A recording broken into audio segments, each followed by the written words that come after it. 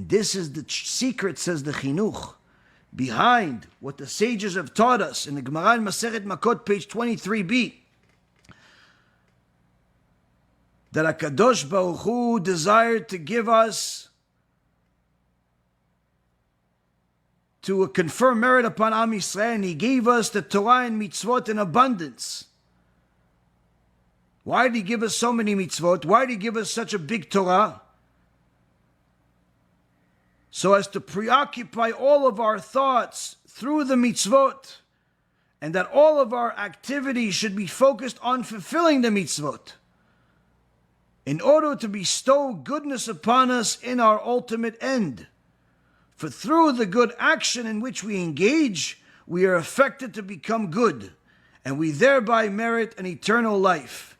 In so many words, the reason why the sages say that a Jew that has a tzitzit, a mezuzah, and tefillin will not come to sin. In those days, people would wear tefillin all day. Why? Because if you're constantly occupied with mitzvot, you're not going to fall into the traps of the Satan. But if you allow yourself to go to these places, allow yourself to befriend these people, allow yourself to act in these ways that are forbidden, it's only a matter of time before you become one of the wicked people. Even if you start off ultra righteous.